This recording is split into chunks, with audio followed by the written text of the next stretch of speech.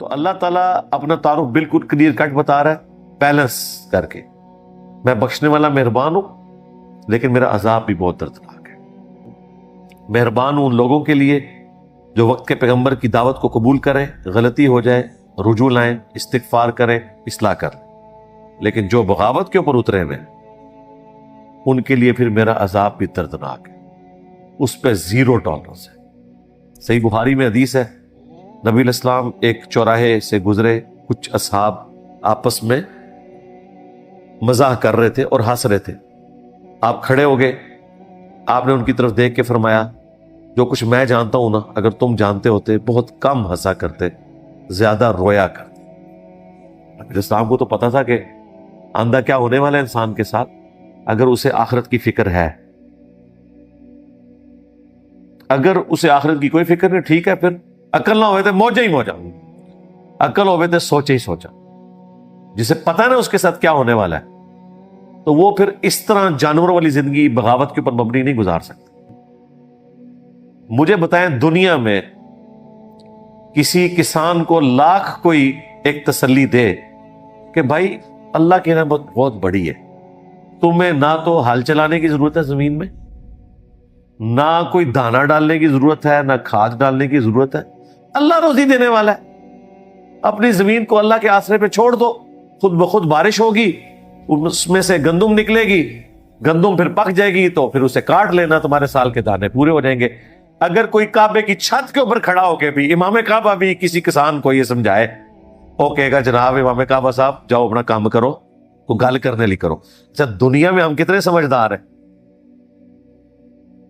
کسی شخص کا مرتبہ، کسی شخص کا روب ہمیں کبھی اس بات پہ قائل نہیں کرے گا کہ ایسا ہوتا ہے، کیونکہ ہمیں پتہ ہے بھی میری دنیا کا نقصان ہو رہا ہے، اور جہاں آخرت کا نقصان ہو رہا ہے وہاں بھلے آپ کو ہزاروں لوگ بتائیں کہ بھائی اس طرح نہیں ہے، اللہ تعالیٰ نے پکڑ لینا ہے، وہاں کہیں کہ جی وہ میرا اور اللہ کا معاملہ ہے، تو اپنی قبر ہی جانا، میں اپنی قبر جانا۔ یہ سوال کا جواب دے رہے ہوتے ہیں۔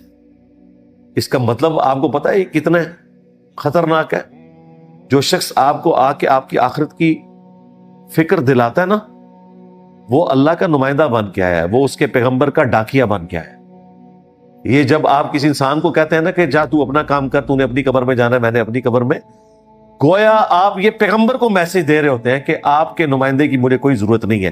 یہی وہ لوگ ہیں جو رسول اللہ کے زمانے میں ہوتے ہیں نا تو انہوں نے ابو جہل بننا تھا، کیونکہ کوئی شخص اپنے مفاد کی خاطر تو آپ کے پاس نہیں آیا۔ اگر وہ آپ کو کہتا ہے کہ یار 5 وقت کی نماز پڑھو، حلال اور حرام رزق میں فرق کرو، پکڑے جاؤ گے اگر رزق حرام کمایا، نہ تمہاری نمازیں کام آئیں گی، نہ تمہارا کوئی حج کام آئے گا، نہ کوئی اور نیکی کام آئے گی۔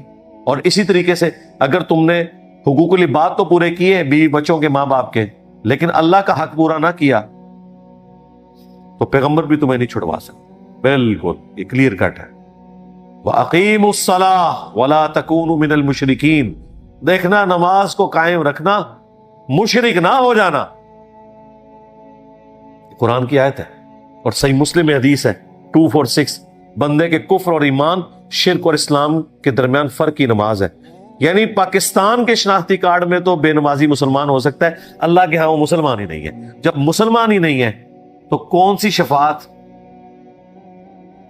اور کون سی رحمت؟ کیونکہ بیسک آپ کے پاس شناختی کارڈ ہی نہیں ہے، نیشنلٹی نہیں ہے۔ آگے آپ پاکستان میں اگر آپ کا شناختی کارڈ نہیں، آپ کسی بینک میں اکاؤنٹ نہیں کھول سکتے، آپ کوئی ایکٹیویٹی پرفارم ہی نہیں کر سکتے۔ اب تو ہر چیز آپ کے شناختی کارڈ کے اس نمبر پہ آ گئی ہے۔ تو اسلام کا شناختی کارڈ ہی اگر ختم ہو گیا، کسی شخص نے خدا کو نان سیریس دیا، تو آگے اس نے کیا کرنا ہے؟ نبی علیہ السلام نے فرمایا اسلام کی بنیاد ہی 5 چیزوں کے اوپر ہے۔ اللہ اور اس کے رسول کی شہادت دینا پہلے نمبر پہ، دوسرے نمبر پہ 5 وقت کی نماز کو قائم کرنا، پھر زکوٰۃ دینا، اور پھر حج کرنا اگر استطاعت ہو، اور 5ویں نمبر پہ رمضان شریف کے روزے۔ اس کے بغیر تو اسلام ہے ہی نہیں، عمارت ہی، یعنی بنیاد جب اس کے اوپر، جب بنیاد ہی نہیں ہے تو عمارت نیچے آ جائے گی۔ یہاں لوگ کہتے ہیں خیر ہے اللہ نے آخر میں بخش ہی دینا ہے، ایک پھیرا ہی لگے گا جی، توبہ توبہ تو۔ سورۃ الفرقان میں اللہ تعالیٰ نے فرمایا کہ جہنم ایک لمحے کے لیے بھی